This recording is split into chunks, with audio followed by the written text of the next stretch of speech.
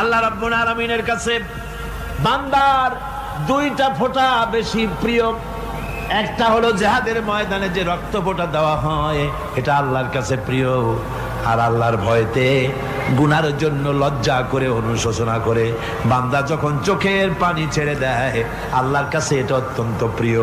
নবীজি বলেছেন, বান্দা যখন গুনার ভয়তে, আল্লাহর ভয়তে, জাহান্নামের ভয়তে অনুশোচনা করে যখন চোখ দিয়া পানি ছেড়ে দেয়, ওই চোখের পানি নাকের অর্ধেক আসতে না আসতে আল্লাহ রাব্বুল আলামিন বান্দারে মাফ করে দেন।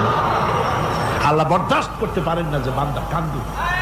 আমার ভাইরা, আল্লাহ রহমত এই পৃথিবীতে, আল্লাহ রহমতকে 100 ভাগ করা হয়েছে। আল্লাহ রহমতের কত ভাগ?